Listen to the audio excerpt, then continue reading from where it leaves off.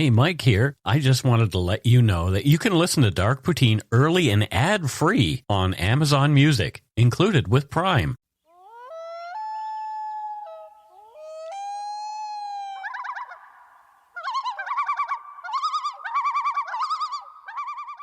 Hello and welcome to Dark Poutine. I am Mike Brown. Across the table from me is Matthew. Hello. Hello. Hello. How are things? 10 out of 10, thanks. 10 out of 10. That is a good thing. Mm-hmm. Did you have a good Thanksgiving? I did. Yeah. Did you eat a lot? I did. So did I. It was my cheat day. Ah. Did it show? Yes. Oh, well. I somehow managed to go back to the weight that I was a month before from one bloody meal. Oh, geez. The views, information, and opinions expressed during the Dark Poutine podcast are solely those of the producer and do not necessarily represent those of Curious Cast, its affiliate, Global News, nor their parent company, Chorus Entertainment. Dark Poutine is not for the faint of heart or squeamish. Our content is often intense and some listeners may find it disturbing. We're not experts on the topics we present, nor are we journalists. We are ordinary Canadian schmucks chatting about crime and the dark side of history. Let's get to it. Put on your toque, grab yourself a double-double and a Nanaimo bar. It's time to scarf down some dark poutine. They're great. Are they? Yeah. You should say dark poutines. Well, the fries are great. There you go. Touché. And the cheese curds.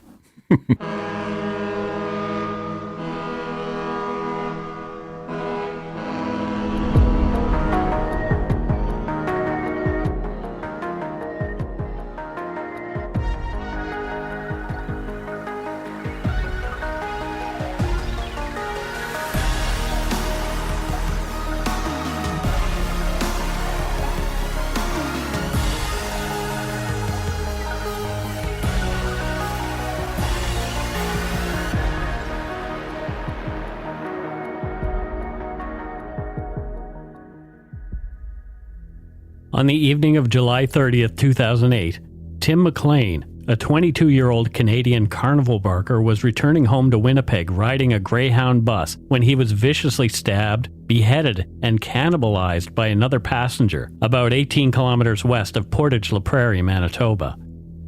After arriving on the scene, RCMP watched for hours as the perpetrator, Vincent Lee, 40, desecrated Tim's body inside the bus after the driver and remaining passengers had fled, powerless to stop the man's frenzy. Less than a year later, Vince Lee was found not criminally responsible, NCR, for Tim McLean's slaying, but held in a Manitoba psychiatric institution from which he was released just 6 years later.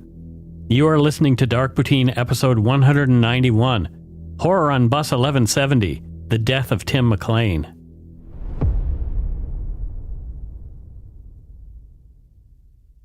Timothy Richard McLean Jr. was born on October 3, 1985 at Victoria General Hospital in Winnipeg. He was Tim Jr. to family, Timmy to his friends, and Joka Wild to his juggalo buddies. His uncle Alex later said in a statement that, quote, Tim was a stubborn soul and a kind one. He made friends effortlessly, disliked no one, and accepted everyone for who they were. He was a charmer who loved to smile, and you could never take a plate of food away from him. End quote. Tim's family wrote in his obituary, quote, he grew up both in Winnipeg and Eli, with more family than he could shake a stick at. Tim was very active. He loved soccer, football, motorbikes, and generally anything that would get him into dirt and trouble. He could always bring out the best in people with his charm and never tired of pulling pranks. Tim's appetite was legendary, both for food and life. He could never stand still. There was a whole world to see, and everywhere he went, he brought light and joy. End quote. Mike, aren't obituaries interesting?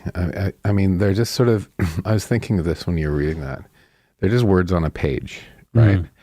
And you can't possibly express just through words the love you had or the loss you feel for like losing a son or the joy and the aliveness of the person. You just can't get that down in words. Well, that and trying to encapsulate someone's entire life in just a few paragraphs.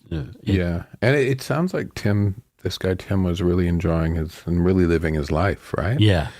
And they painted a good picture of him here, and I can't imagine his poor family having to write this. Yeah.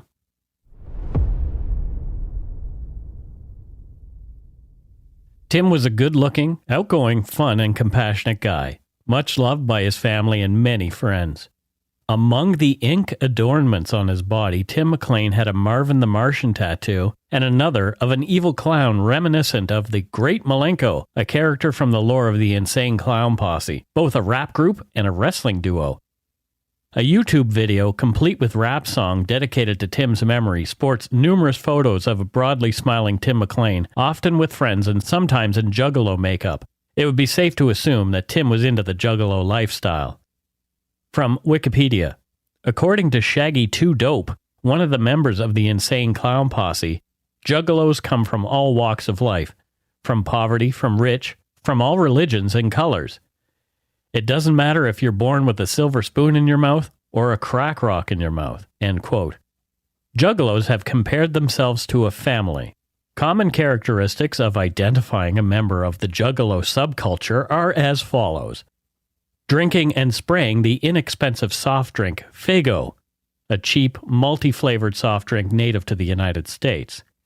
Listening to horrorcore and other types of underground rap music.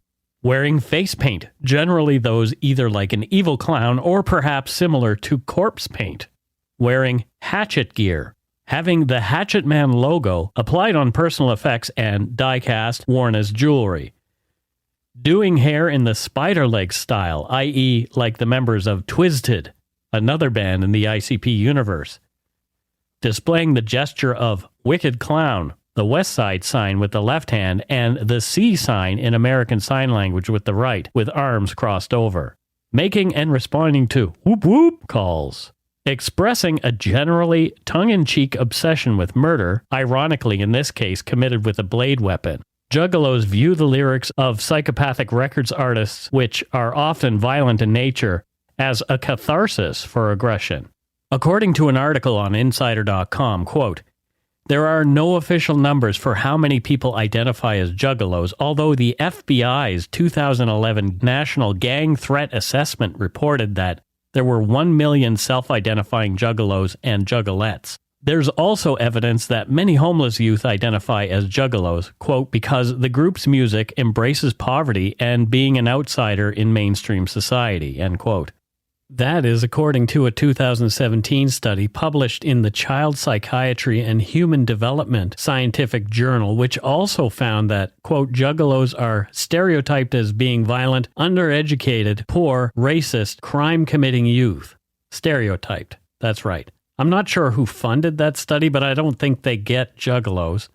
My own experience with the group is that they seem more a community than a gang, a fellowship that meets annually at the gathering of the juggalos to celebrate each other, their lifestyle, and a common interest in ICP's music. Just so happens they have a big party, too. Although I used to listen to ICP, I wouldn't call myself a juggalo, but I liked them so much that I started a Half-Life deathmatch clan called ICP. Our theme song was Chicken Huntin', a tune from ICP's 1994 album Ringmaster. If you want to check out ICP on Apple Music and Spotify, do, but the lyrics are nowhere remotely close to kid-friendly. You've been warned. Finding that Tim McLean was an Insane Clown Posse fan helped me to connect to him as I researched. There were other ways that I related to him too. Tim McLean loved traveling, seeing new places and meeting new people. This is what drew him to the carny lifestyle after first securing a gig at the Red River exhibition in Winnipeg in the years before his death.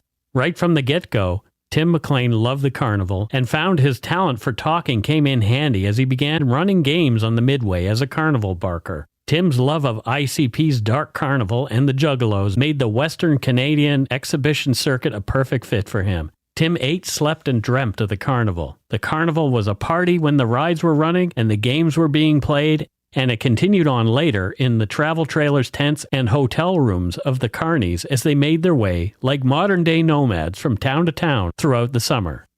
I worked in the carnival myself one summer at the Big X in Bridgewater, Nova Scotia. There, through my friend Dennis, I was hired on as a helper, spinning the wheel, taking bets, and barking for the color game for the Bill Lynch shows.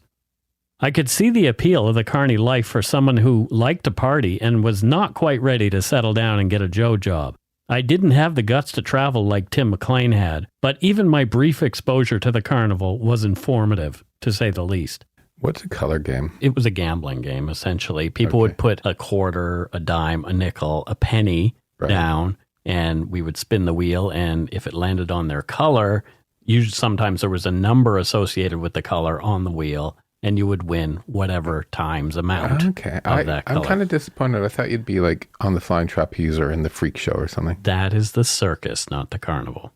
What, are they different? A carnival will sometimes have a freak show, quote unquote, which is like not politically correct anymore. Except for with you. Did you know that sometimes the quote bearded ladies were actually drunken, shaved bears?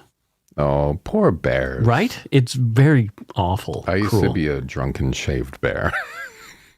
Let's continue.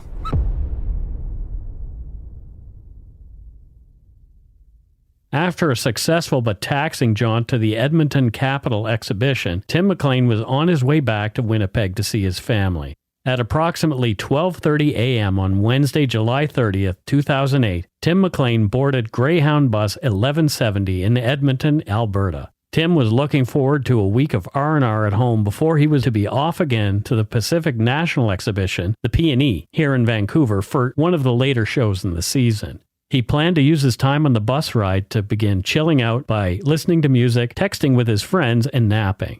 What would be Tim McLean's final bus ride was completely uneventful until a passenger named Vince Lee also boarded that Greyhound bus on July 30th, 2008 at 5:55 p.m. at Erickson, Manitoba.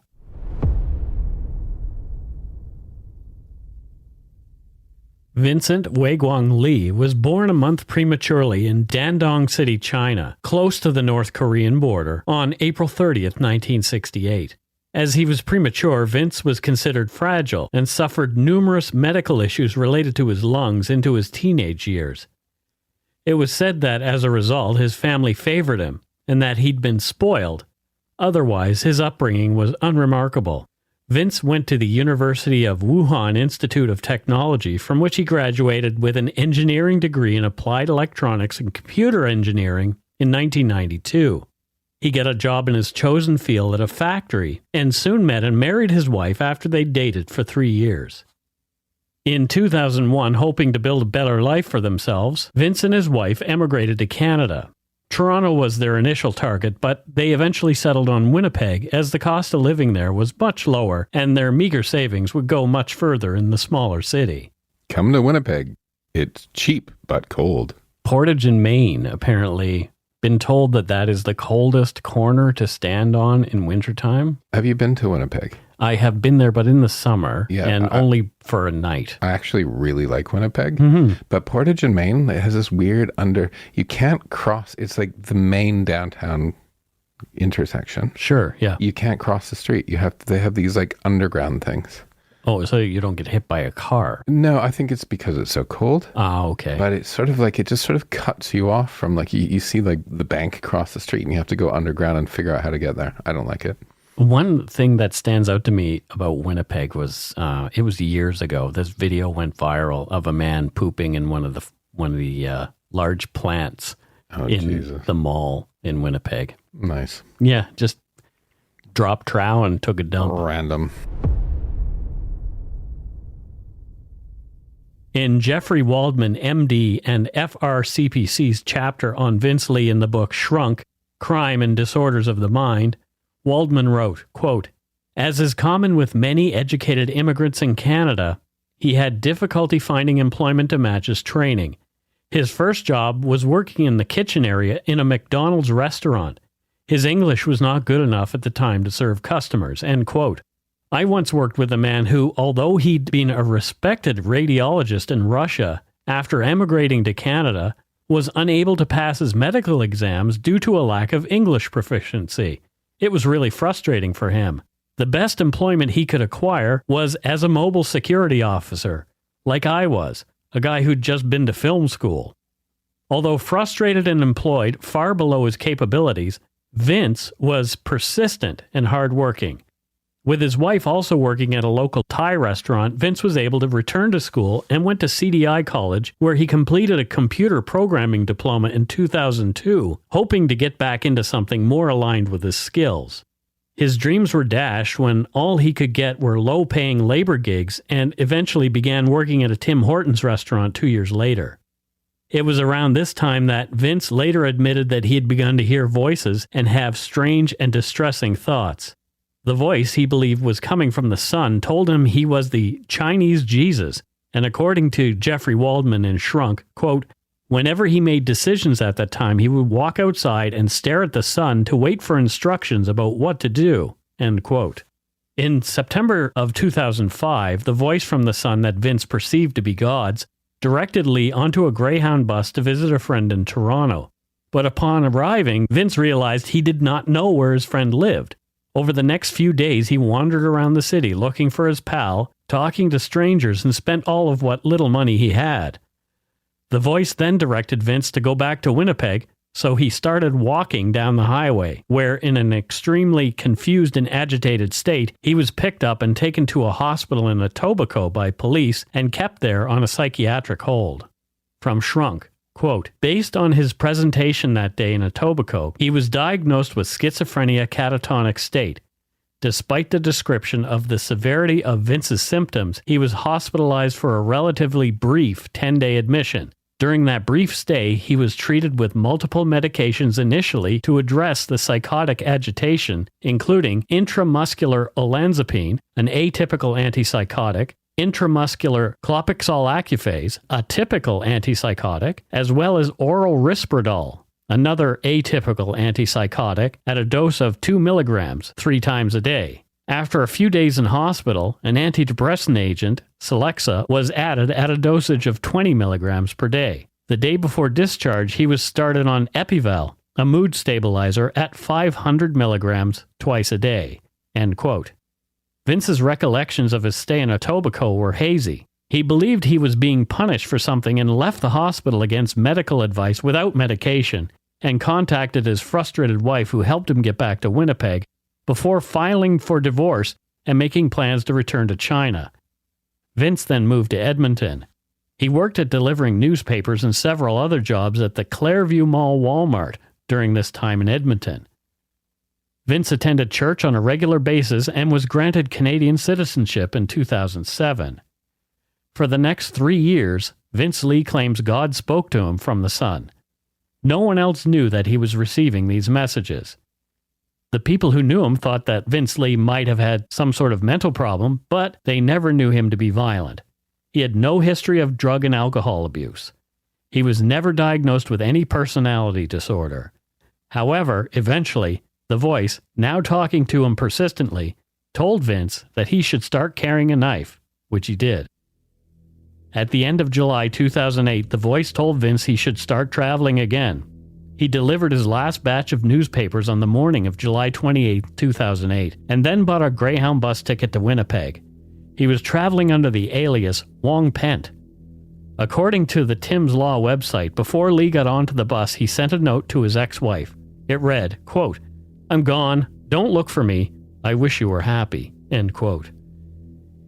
Even though his ticket was for Winnipeg, Vince Lee got off the bus with his 3 bags at the municipality of Erickson in Manitoba when the bus arrived at 5:55 p.m. For the next 24 hours, he wandered around the village of 487 people. He stuck out like a sore thumb. According to CBC, he spent a long time in the M&M grocery store and then, according to one witness, passed the night on a park bench. The next morning, Lee sold his new laptop computer to a 15-year-old boy for just $60, tossing in the computer bag for free. Waiting for the next bus, arriving just before 6 p.m., Vince spent most of the day hanging out in the alley beside M&M. When Vince Lee got on the bus that evening, he was wearing sunglasses that he kept on for most of the trip. No one but Vince knew that he had a large hunting-style Bowie knife inside his jacket. He sat toward the front of the bus at first. Tim McLean was closer to the back. There were 35 other passengers on board. Several were children. At around 7 p.m., the bus arrived in Brandon, Manitoba. The driver gave passengers extra time during the stop to grab something to eat. When the bus departed Brandon, the entertainment screens on the vehicle were playing the movie Zorro. Between Brandon, Manitoba and Portage la Prairie, during a scheduled rest stop, Tim McLean got off the bus to have a smoke. When Tim returned to his seat before the bus left, Vince Lee got up from his seat and sat down beside Tim at the back of the coach.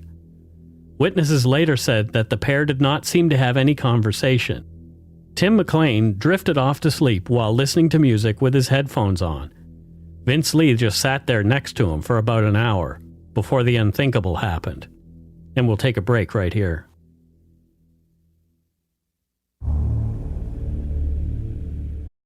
If you're looking for a smoking gun, I can absolutely guarantee you, you will not find it. In October 2001, a series of letters filled with a deadly powder called anthrax were dropped into the U.S. mail system. What started as an unprecedented case turned into an unsettling mystery. Who sent these deadly letters? And why?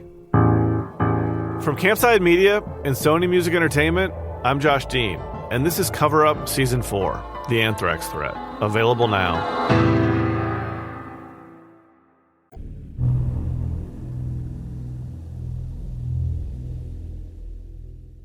Thoughts on this story so far, Matthew? I kind of don't want to hear the rest. Yeah, it's tough from here on out. I mean, it's already been tough. When you told me we were doing this episode, I was like, no, yeah, it's hard. Mm-hmm. And this is another reason why I waited so long. I'll get into that more later on in the episode about why I waited, but yeah, that's a big part of it because what you're about to hear is super graphic. So the stuff you're going to probably talk about that's super graphic is what caught sort of the attention because this is global, worldwide news. But I think the other thing about this is that it captured people's attention because of the randomness of it. Yeah. Right? Just like this, it was totally by chance that they ended up on the same bus together.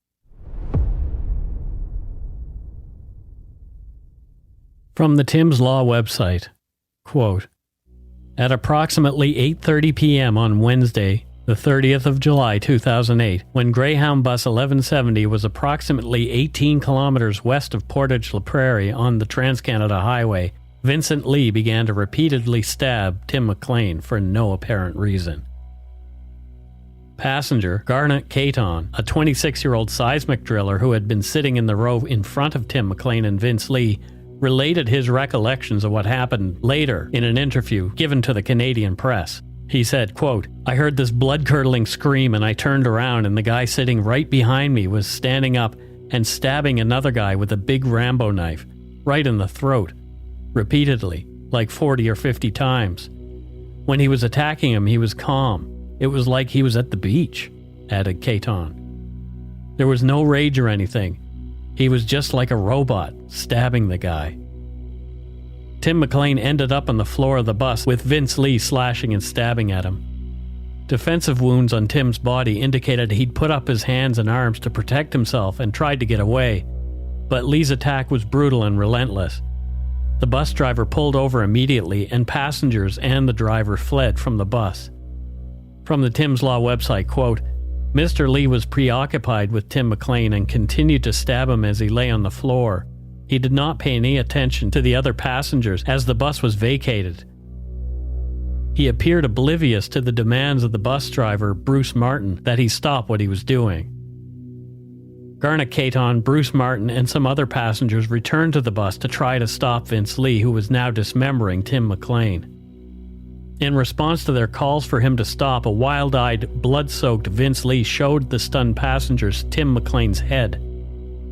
From the Canadian press, quote, he went back to his seat and brought the head to the front and pretty much displayed it to us like that, and then dropped it on the ground in front of us, Caton said.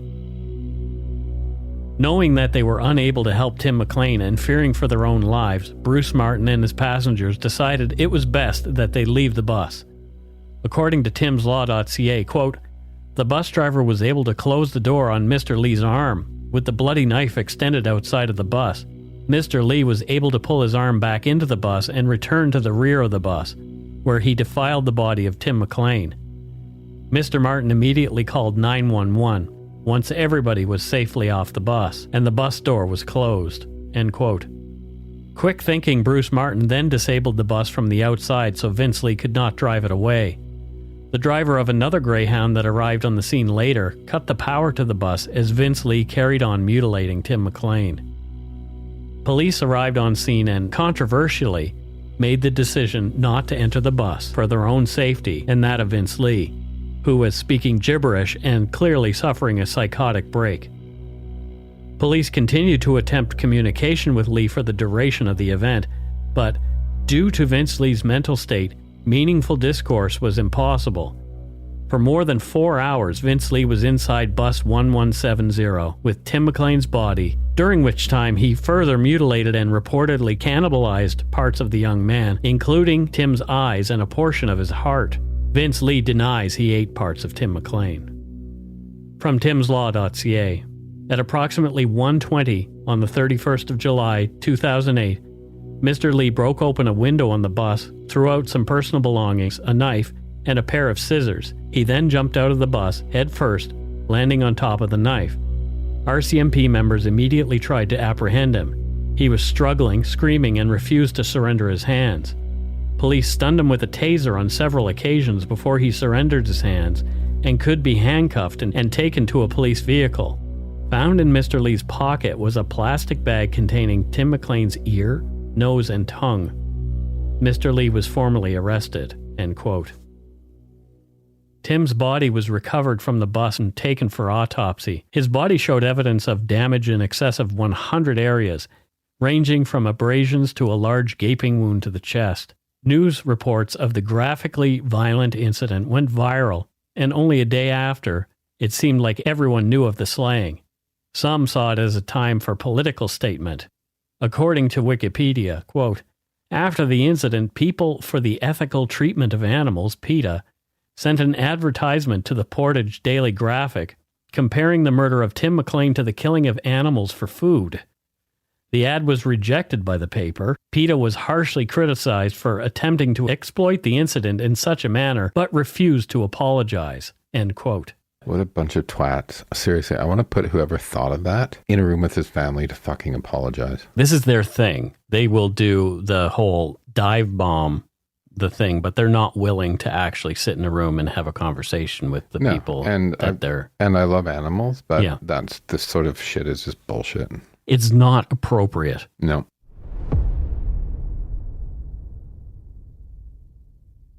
The week following the attack, Greyhound Canada announced it was pulling a series of nationwide ads, including the line, "There's a reason you've never heard of bus rage," end quote. By then, everyone had heard of bus rage. Being in marketing, this is like, shit like this keeps us up at night. Yeah. Right? You create something that's sort of innocent and fun. Yeah. And then something happens in the world that completely changes the context of what you've written. Yeah. And it was smart of them to pull that. Yeah. Well, had this not happened, that might have been a great ad for Greyhound. It would have been a great ad because that's the consumer benefit, if you will, is not dealing with other drivers. Someone else is doing the driving for you. I took the tube here. Yep. Because it's... Matthew calls it the tube. It's actually the Sky Train. The metro, the subway. And I don't like taking public transportation very much, but... You know, I was actually on the Facebook and didn't even almost miss a stop. There you go. Yeah. A makeshift tribute with several crosses was set up by Tim's friends and family at the spot on the highway where Tim had died. It was there that people went to the grave for the kind-hearted young man who'd been taken from them so suddenly and in such a brutal way. They brought flowers, ribbons, and other tributes, as well as writing notes and poems of love to Tim on the crosses there. There were dozens of internet tributes as well. One group grew to over 50,000 members. Many posts were photo tributes and poems to Tim. One of those odes was included in his buddy Jesse Keller's video tribute to the slain young man. The poem is titled "A Carney's Farewell to Tim McLean." It goes, "When the show on earth is over and the master says time to go, the angels here in heaven will be waiting for your show. We must go on as you beckon. We must quickly slot and fly. Yes, there is a carnival in heaven, with bright lights and fun galore, and organ will sound sweeter than you ever heard before. There will be Eli wheels and scramblers, merry-go-rounds for wee ones too. God himself, the supervisor, and the carny folks, the crew. The angels in the ginny ride, playing music pure and sweet. For the cherubs on the horses, galloping round on wooden feet. There'll be popcorn and cotton candy with a deeper shade of pink, perhaps a little sweeter, since it's made in heaven, don't you think? The jump from earth to heaven will be the grandest one of all, with no motor or truck stall. So let's make the show a good one while here on earth we dwell, so when we set up next in heaven, God will say, a job well done. A celebration of Timothy McLean's life was held on Saturday, August 9, 2008 at Westwood Community Church at 401 Westwood Drive in Winnipeg at 4 p.m. Vince Lee was charged with second-degree murder in Tim McLean's death and sent for psychiatric evaluation. Lee was refusing to assist with his legal representation. His only words at his court appearance on August 5, 2008 were, "Please kill me." Vince Lee's trial began in March of 2009, and after only 3 days of testimony, Vincent Waigong Lee was found not criminally responsible in Tim McLean's homicide. In his decision, Queen's Bench Justice John Scurfield said, quote, "These grotesque acts are appalling. However, the acts themselves and the context in which they were committed are strongly suggestive of a mental disorder. He did not appreciate the actions he committed were morally wrong. He believed he was acting in self-defense. Vince Lee, who claimed he had mutilated Tim to prevent him from resurrecting from the dead, was on his way to a hospital bed, not a prison cell. Tim McLean's friends and family were appalled. They felt that Vince Lee should be locked up forever and the key to his cell should be thrown away.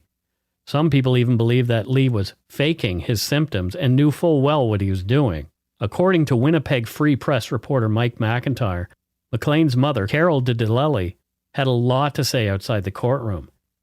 "He still did it," she said. "Whether he was in his right frame of mind or not, he still did the act. There was nobody else on that bus holding a knife and slicing up my child. Nobody else did that. Just one individual did that." DeDelelli said the law needs to be changed so someone can be found not psychologically accountable but still criminally responsible for a crime. She's been fighting for that ever since. You know, I would never tell the family of victim what to think or what to feel or what they should be doing, right? And I'm not in her situation, and this wasn't my son. Mm-hmm. So she definitely has the right to do everything that she thinks she needs to do. Right, yeah. And it's honestly, Mike, it's hard for me to disagree. Yes. But I have to. Yeah. And when I say hard, I mean, like, when something like this happens, my first flex reaction is lock them up away from people forever. Right. And I think that's everyone's natural thing.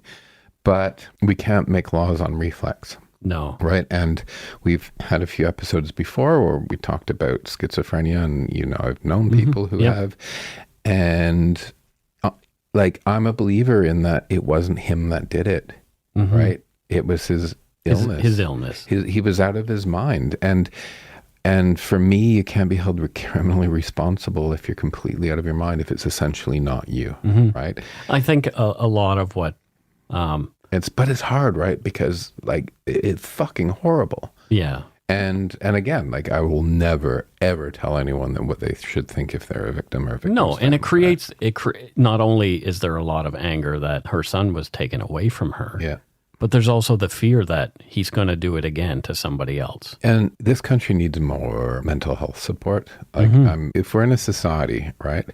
If you can't look after the people that are ill, be it physical, mental, whatever, right? Then you're not functioning as a society. Yeah, it's true. And this guy was picked up by the police. I think, you know, they probably should have sectioned him for longer. Yeah. And I think society needs to have the clout to be able to section people for their own good and for our own good for a while until they make sure that that person's okay. Yeah, sectioning is a term. I think they use that in the UK. Am I correct? Yeah, it means put somebody in a mental institution against their own will. Depends on where you're from, but they'll use it as like a psychiatric hold or a 72-hour mental health hold or something like that. So, yeah, and sometimes it needs to be longer than that. According to Wikipedia, the family of Tim McLean brought a lawsuit against Greyhound, the Attorney General of Canada, and Wei-Guang Li. It's unclear what the result of that has been. On June 3, 2010, Vince Li was granted supervised outdoor walks within his mental health facility as voted by the Provincial Review Board. On February 16, 2011, two passengers, Deborah Tucker of Port Colborne, Ontario, and Kaylee Shaw of London, Ontario, filed lawsuits against Vince Li, Greyhound, the RCMP, and the Government of Canada for being exposed to the horrific beheading. They were each seeking damages of $3 million. Boo. Why boo? That just feels like it's a bit of a money grab. Yeah, I get it though, but yeah. I get it, but come on. In 2012, Vince Li was interviewed by Chris Somerville, CEO of the Schizophrenic Society of Canada at the Selkirk Mental Health Facility where Vince was living. Vince Li signed an affidavit agreeing to the publication of the interview. What follows is the bulk of the interview, which I will link to in its entirety on darkpoutine.com. After asking about Li's background, much of which we've already covered, Somerville began asking Vince about the things that led him to kill Tim McLean and his feelings about that, the aftermath of McLean's death, and his subsequent treatment. Somerville said, "Do you have spirituality?" Li answers, "I believe in Jesus Christ. He is my Savior. I try to follow God." Question: when did you begin to experience schizophrenia? Vince Li answered, "In 2004. I didn't know what it was. I now know what it is. I began to hear voices that normal people do not hear. I thought I heard the voice of God telling me to write down my journey. The voice told me that I was the third story of the Bible, that I was like the second coming of Jesus. I was to save people from a space alien attack. That is why I traveled around the country. I am not sure of all the places I went to. I now know that it was schizophrenia I was suffering from." Somerville then asked, "Why did you do what you did on the bus?" Vince answered, "I bought a knife at Canadian Tire. I bought it for any emergency for the journey to protect myself from the aliens. I was really scared. I remember cutting off his head. I believed he was an alien. The voices told me to kill him, that he would kill me or others. I do not believe this now. It was totally wrong. It was my fault. I sinned. But it was the schizophrenia." Somerville then asked, "What else do you remember about the incident?"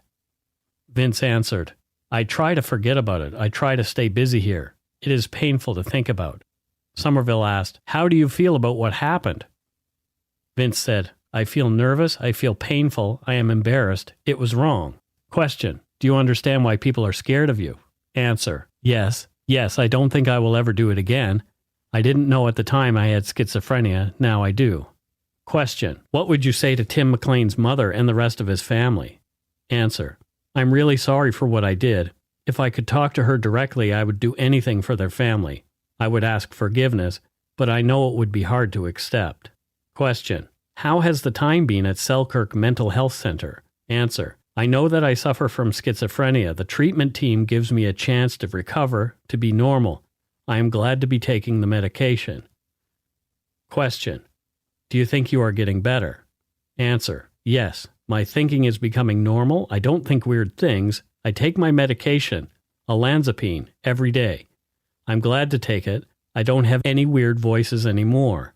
Question: how do we know you will take your medication when you get out on your own? Answer: I would be glad to be under a treatment order because medication helps me. It is very important. I don't want to do what I did ever again. Question: how does it make you feel that most people do not think you should get a pass to walk around Selkirk? Do you understand their fear? Answer: I understand people are scared because of my behavior on the Greyhound bus.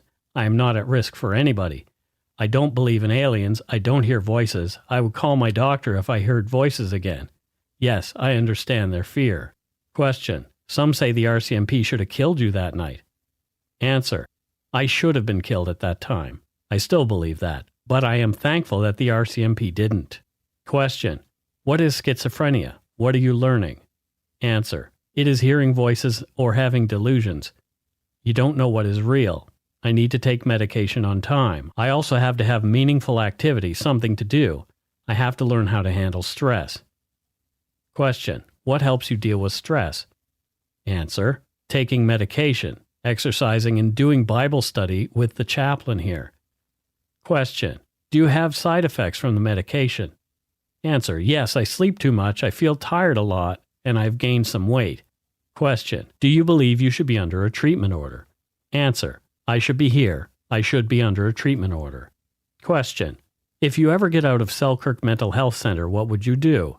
Answer: I hope to leave one day, but I have to make sure it wouldn't happen again, that there would be no voices. I would change my name to be anonymous, but I would still be in touch with my doctor. Question: what do you think of Tim's law, that any mentally insane person who kills someone would never be released? Answer: I don't think so, that should happen. Mental illness is an illness. It is treatable. My schizophrenia is not the real me, but it is an illness. Question: how would you know you were getting sick again? Answer: hearing voices, stopping my medication, and starting to believe in aliens. God would not tell me to do something bad. Question: how do you feel about what you are reading in the newspapers? Answer: I don't read the papers because I don't want to be reminded of what happened on the Greyhound bus because it was so bad and wrong. Question: are you happy? Answer: no. Question: will you ever be happy? Answer: no. I can never forget the Greyhound bus. Any final words? Answer: I would like to say to Tim McLean's mother, I am sorry for killing your son. I am sorry for the pain I've caused. I wish I could reduce that pain. After being gradually reacclimatized to the community through a number of successful passes, first supervised and then unsupervised, Vincent Lee, who had legally changed his name to Will Lee Baker, was released.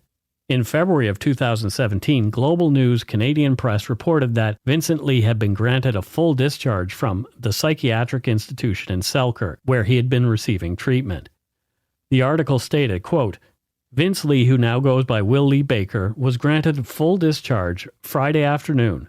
Baker was found not criminally responsible, NCR, for killing Tim McLean on a Greyhound bus in 2008. Baker was found NCR for his actions on account of a medical disorder in 2009.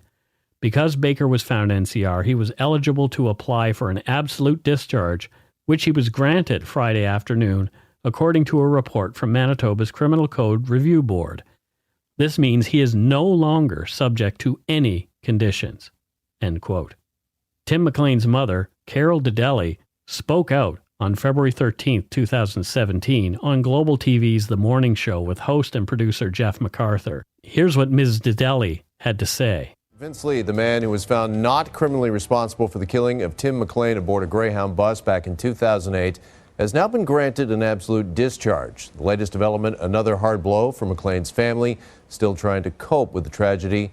Tim McLean's mother is Carol Dedelli, and she joins me now via phone. Carol, good morning. I appreciate your time with us. And first off, can I just get your reaction to Vince Lee being granted his freedom? I literally felt sick to my stomach. I'm very concerned for the safety of the public because there is no legal requirement currently in Canada for this extremely mentally ill individual to treat his illness. Well, Lee, who now goes by the name Will Baker, was found not criminally responsible, as we mentioned. He has his freedom now. So do you feel as if there's been justice done when it comes to your son? No, I don't. I don't believe that justice has been done at all. Schizophrenia is a lifelong and incurable illness. The psychiatric community states that they cannot predict the future behavior of any individual. Why are they predicting that he's going to take his medicine then? Is that the biggest fear as far as you're concerned moving forward? Absolutely. If he has received an absolute discharge, which means there's no criminal record, there is going to be nothing on the books saying that he killed my son. He can cross borders. That diagnosis will not follow him. He'll have every freedom that you have. The same community that says they can't predict the future behavior of any individual also states that the best predictor of future behavior is past behavior, and we know what he's capable of. I believe it's time for all people to take care of each other, and I don't think this is the way to do it. What needs to be done here then, Carol, as far as you're concerned? I know there's been talk that the doctors who signed off on Mr. Lee's release, do you believe that they should be held responsible if indeed he reoffends? That will never happen. The system is never responsible. and in this instance, nobody is responsible. NCR cases, as soon as they start talking about NCR, if you ever find yourself in this circumstance, I would suggest saying, no, you're not going to agree to any statement of facts. Make it through a trial. Make them have to prove that this person is unfit, is mentally ill. Don't just There's been a statement of facts. There's been a lot of talk over the last couple of days that this is another example of putting criminals' rights ahead of victims' rights. Is that the way you obviously feel? Oh, definitely. There's no question of that. In a nutshell, I don't believe that the choice to treat his illness or not to treat his illness should be his decision to make anymore. At the very least, while he's living amongst us, because he already is, at the very least, he should be continued to be monitored for the rest of his days. His illness is lifelong illness. It's an incurable illness. He's not healed. He's not all better. That can't happen for a schizophrenic. All right. Carol Dedeli, I really appreciate the time, and I wish you the best over the coming days and weeks. Thanks for joining us this morning. Thank you.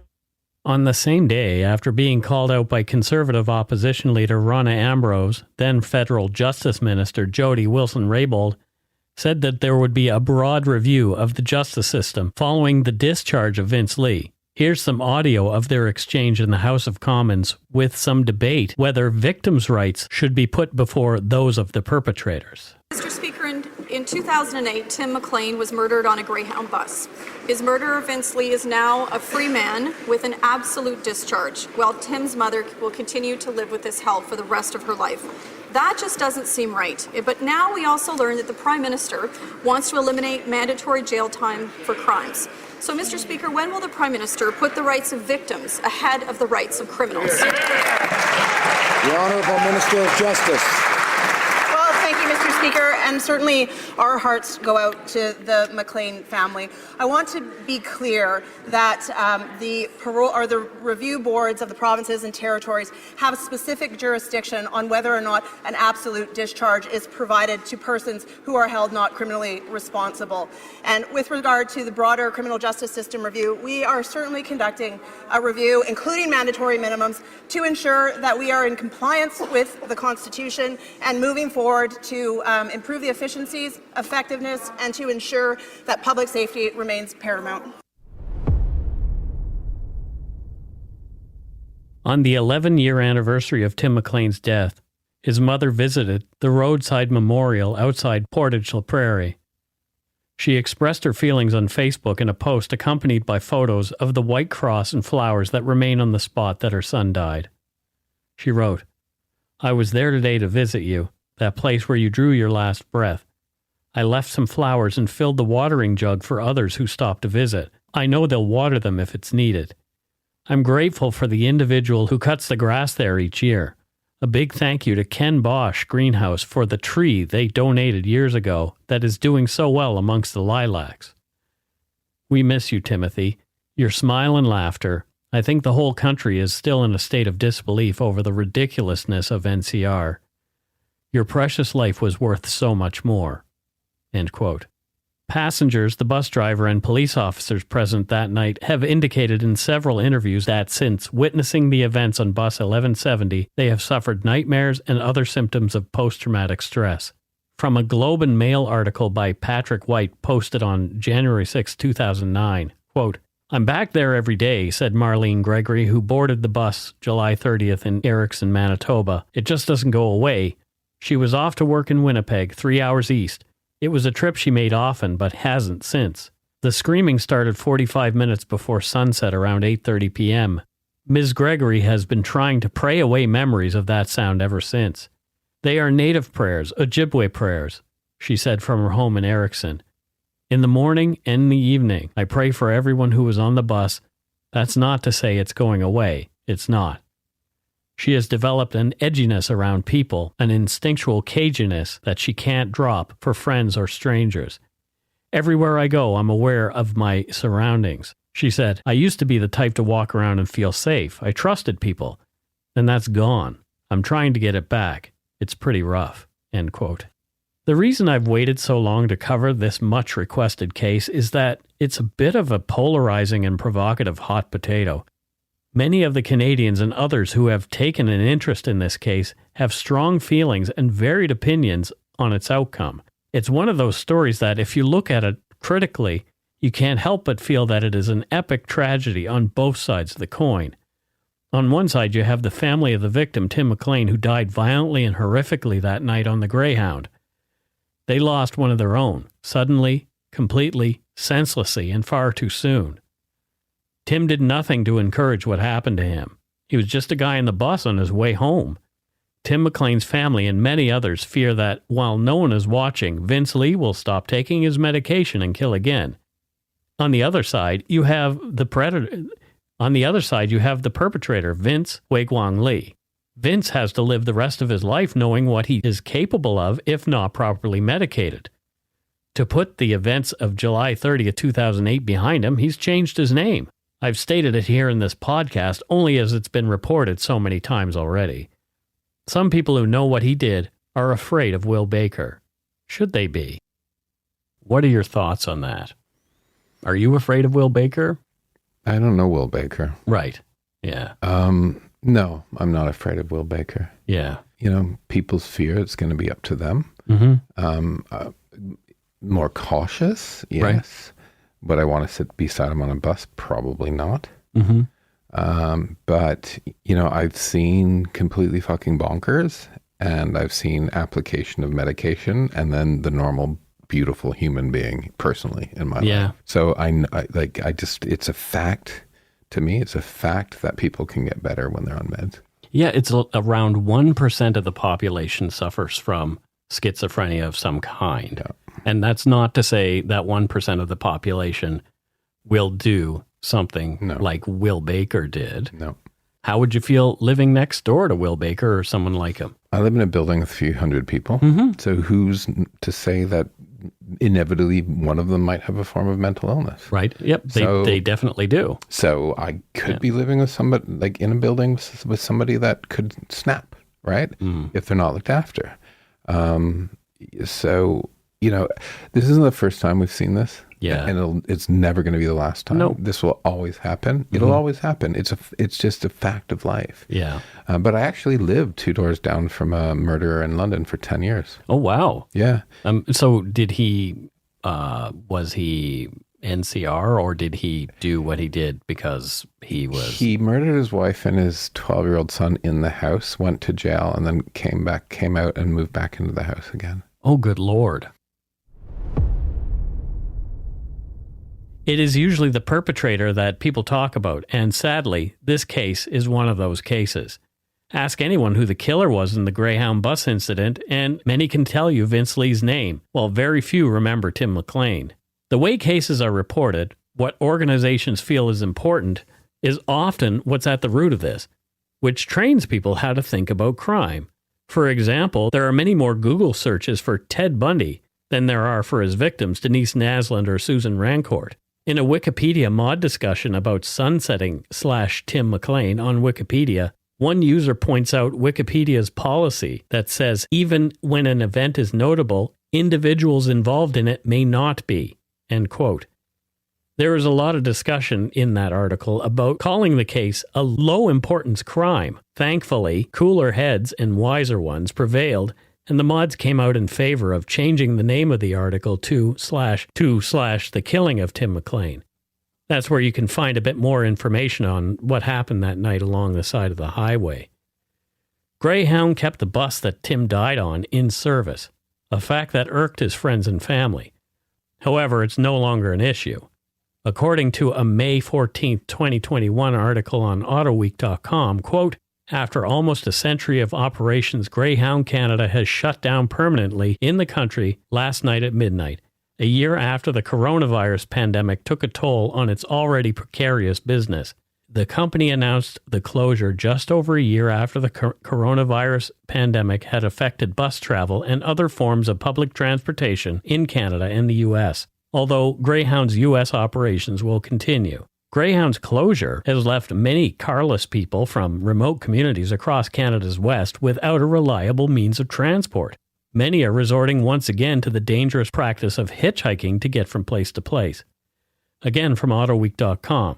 Canada's federal transport minister Omar Al-Ghabra noted the impact of the shutdown on intercity travel in Canada. He said, quote, "I'm disappointed by Greyhound's decision to stop service in Canada. We know that many Canadians depend on this service. We will work with our provincial partners to explore options to address this gap and provide Canadians with safe, reliable, and affordable transportation across the country." Although there have been smaller bus operators who've stepped up to fill the Greyhound void, there are still not enough buses to meet the needs of poorer Canadians. It's a work in progress. And Tim McLean's mother is still without her son. And that's it for Dark Poutine episode 191, Horror on Bus 1170, The Death of Tim McLean.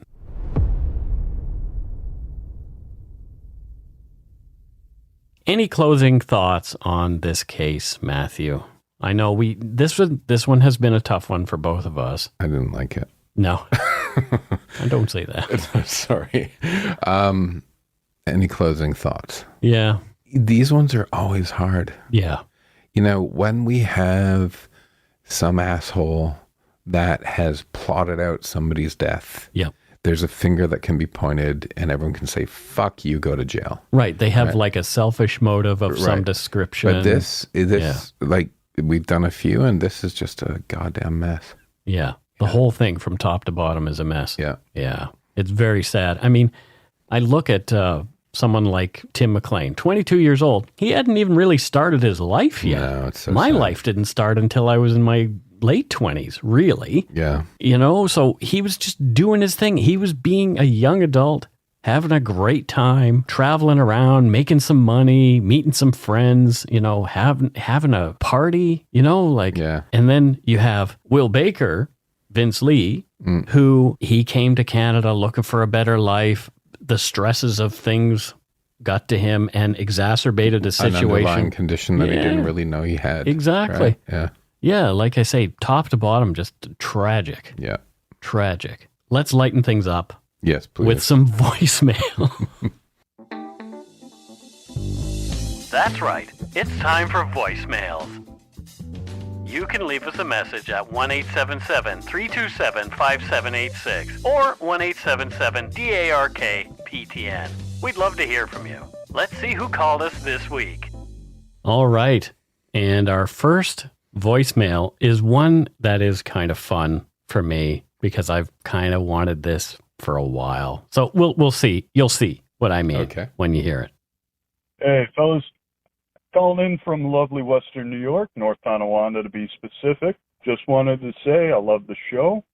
You guys do a great job, and it's a lot better than some of the other true crime podcasts you might find, down at the end and on the left. With that being said, go take a poop in your hat, and I believe you guys said once that you wanted to hear this on a call. Have a good one, fellas. Yes. Yay! Success. Tonawanda forever. Exactly. That's so cool. That is so cool. Thank you. I love me some first responder. That's so cool. First responder love. We're just like two 12-year-old boys. I know. It's like I'm like the guy. Siren. Yeah. Like when you're driving down the highway and you see a trucker and you put your arm out and he actually does it. You think it's like, oh, you've succeeded in life. Absolutely. That is success for me. Thank you so much. All right. Let's listen to another one. Hey, Mike and Matthew. My name's Alexandria. I'm from Thunder Bay, home of the Sleeping Giant, the Stahl Brothers, and the Persian, the pastry, not the person or cat. I've been listening to Dark Poutine now for a couple of years, and I'm a member of the Yumber Yard, OG and 2.0, and the Craft Barn. I absolutely love the podcast and sing its praises every chance I get. I've been wanting to leave a voicemail for a while now, but never knew quite what to say. I felt especially compelled to call after listening to episode 185, She Told Me To, the Blackman family tragedy. As someone who works closely with people who have a psychotic disorder, I am truly grateful and touched with how you told the story. There's so much stigma and misinformation around psychosis, and more often than not, people are mistreated and neglected.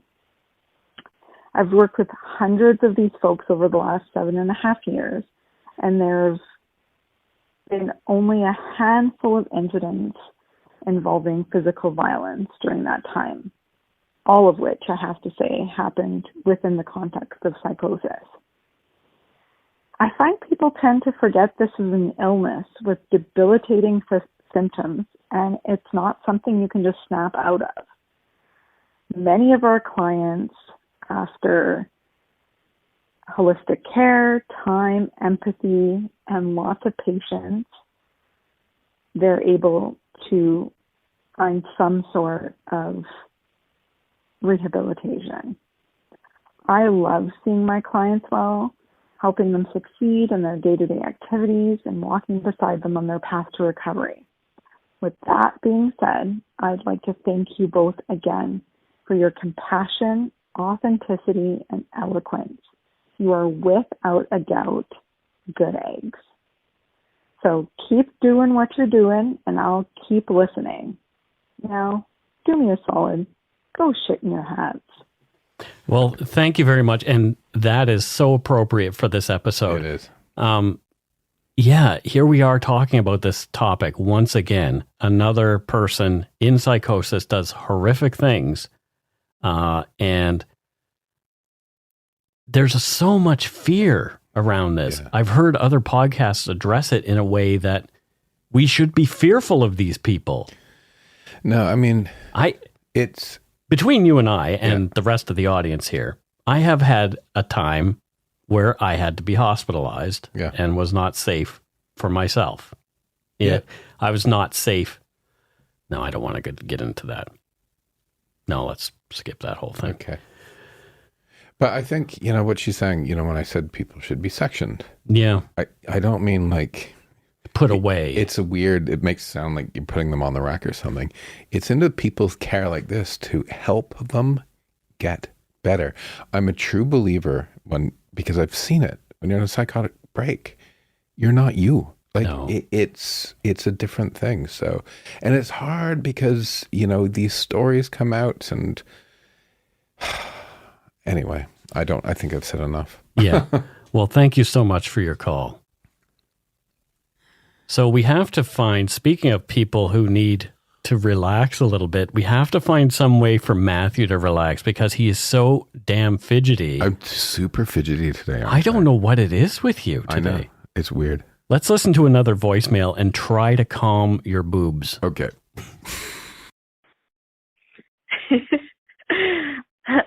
Hi, Dr. Poutine. My name is Rhea. I just drove from Victoria, BC to Charlottetown, PI, and you guys kept me company the whole way across, and I just wanted to say that I love your show.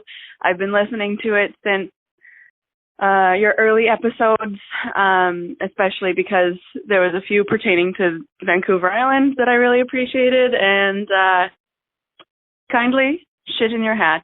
Thanks, guys. Bye. Well, I have done that cross-Canada drive myself, and I can say it is quite a feat. So congratulations for making it. And Matthew told me he's reading my book and falling asleep, and he has listened to the podcast, and my voice puts him to sleep. So you made it without falling asleep at the wheel. Congratulations again. That is amazing. I was keeping her awake. Maybe that was it. You listen to the early episodes with me and nap, and then later ones and get energized. It's exactly. Well, that's a long drive. I wonder how long it took her. Well, with stops, it took me a week. Wow. Yeah. What, you didn't just wear a diaper and drive the entire way? No, I'm not like some lady astronaut who wants to go murder somebody. And she's not a lady astronaut. She's just an astronaut. I guess you're. Okay, I'm not even going to say that because you're correct. Okay. I'm not some astronaut who puts on a diaper and drives herself across the country so she can murder somebody and back. So, yeah. Yeah, I hope not. Well, I was a cosmonaut, a bit of a cosmonaut back in the day. Cosmonaut. But that's cool. Like, I really do want to do that drive again, drive back to Nova Scotia from here. I think it would be fun to do again. I know I've done it once. It was on my bucket list. Back and forth I drove. And guess what? I want to do it again. I think you should drive west. I think you should start in Tofino Mm-hmm. and then go so you can really do it. Drive all the way to Gander, maybe? Yeah. Gander, Newfoundland. From Tofino to Gander. That would be quite amazing. That would be. Yeah. I don't know. I've never been to Newfoundland, so it gives me an excuse to go to Newfoundland. So I was there years ago. yeah. I have landed in a plane on Newfoundland, but I have never seen Newfoundland outside a plane. So I went to a gay bar. of course you did. And everyone was like, you're from away. And I met a guy and his last name was Organ and it was really appropriate. Oh boy. Yeah. Well, there you go. Was his name Richard Organ? Dick Organ. No, I did it. I went there. Well, thank you so much to our voicemailers. We really appreciate that. Again, you can leave us one at 1-877-327-5786 or 1-877-DARK-PTN. PTN. We'd love to hear from you regardless of what you have to say. Generally, just make it nice. Don't be dicks. Exactly. And if you're stumped for what to chat with us about, a quick story is welcome. Or poetry. Or poetry. The only thing that I can think of poetry-wise is something from a McLean and McLean album. Right. And it is probably the most disgusting thing that you'll ever hear, so I won't say it. There once was a man from Nantucket? No. Oh. There is that, too. But there once was a girl from Pompeii. Okay. Yeah, we're not going to go there. Anyway, thank you for your voicemails. Now it's time for us to move on to Patreon and Donut Money donors. Patreon. This week, first up, we have Gwyn Hartung from San Antonio, Texas. Gwyn. Thank you, Gwyn. Thank you, Gwyn. What does Gwyn do there in San Antonio, Texas? Gwyn gives West Side architecture tours. Whoa. Yeah. This sounds like you actually thought about this. Well, there's like Spanish eclectic and Tudor revival in the West Side. It's kind of like really funky architecture there. And I think she does tours. Does she give tours of the Alamo as well? And the basement of the Alamo where Pee Wee Herman's bike was kept after it was stolen? Is the Alamo in... Yeah, it is. In San Antonio? Yeah. No, she just does Spanish eclectic and Tudor revival. Okay, there you go. Well, thank you so much, Gwen. Thanks, Gwen. Next, we have Andrea Van Rickham. And I don't know where Andrea is from. She's from Holland. Well, that's what it sounds like. Yeah. Yeah. And having a Dutch family. She's from Rotterdam specifically. Oh, really? Yeah. Oh, there you go. My family's in Amsterdam. She invented slam and Rotterdam music. Wow. You know, there's a specific genre of like hardcore techno that's called Rotterdam. No. Yeah. Oh, wow. It's the truth. I wonder if my cousin Rude Wolf, who lives in Amsterdam, dances to Rotterdam. He might. Damn. Slam and Rotterdam. There's a lot of dams and ams and all kinds of interesting things. I have a lot of Dutch family. Do you? Yeah. We're probably related. Yeah. Yeah. I come from the short Dutch people and you come from the taller Dutch people. Most Dutch people are taller anyway. They are the tallest nation on earth, I do believe. No, my relations are married in. Oh, well, there you go. Yeah. Then we're related by marriage, probably. I come from the good side of the family. Next, we have from Qualicum Beach, British Columbia, Camille. Camille from Qualicum Beach. And what does Camille do there in Qualicum Beach? She's a beachcomber. She must make a lot of money being a beachcomber because not only is she a patron, she's our Donut Money donor this week. We love you. Right? Holy crap. Thank you so much, Camille. So, whilst combing beaches, has Camille ever found anything interesting? Yeah, shoes with feet in them. That was you're hearkening back to the first episode of Dark Poutine. Oh, am I? Yes. The very first episode was Floating Feet. Wow, I didn't listen to that episode. Yeah, because it was terrible. It sounded awful. It is terrible.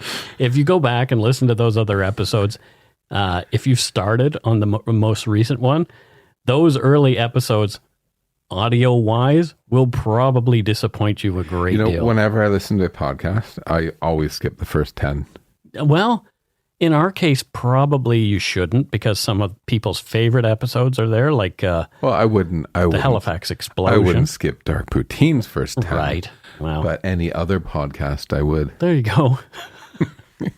Well, thank you to all our patrons Thank you, guys. and Donut Money donors, past and present, for your generosity. It keeps to help the show going. It helps to keep the show going. You can become a patron of Dark Poutine at patreon.com/darkpoutine.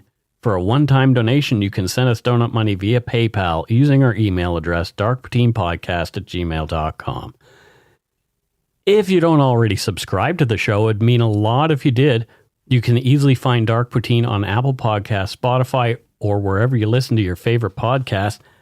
Keep your eyes peeled, or should I say your ears, for Supernatural Circumstances, the podcast that I'm going to be doing with Morgan Knudsen. I can hardly wait for that. Our first episode drops next week. Boom. October 25th on Monday at the same time as Dark Poutine. So you'll get a double dose. Dose of Mike. Exactly. So, and an introduction to Morgan Knudsen. Well, people have heard her on our the Amherst I just like saying mystery. Her name. She has the best name in the world. Yeah, she's great. Yeah. Also, my book, Murder, Madness, and Mayhem, it's a big month for me, is coming out in November 2nd. You can pre-order it on Amazon or via links on the Dark Poutine website. And speaking of our website, please check out darkpoutine.com for show notes and other cool stuff. Please, please, please take the time to give Dark Poutine a like or a follow on Facebook and Instagram. Most importantly, thank you for listening and tell your friends about us. Word of mouth is a powerful thing. Until we return, don't forget to be a good egg and not a bad apple. Bye, all. Bye, all. Chowder. Chowder.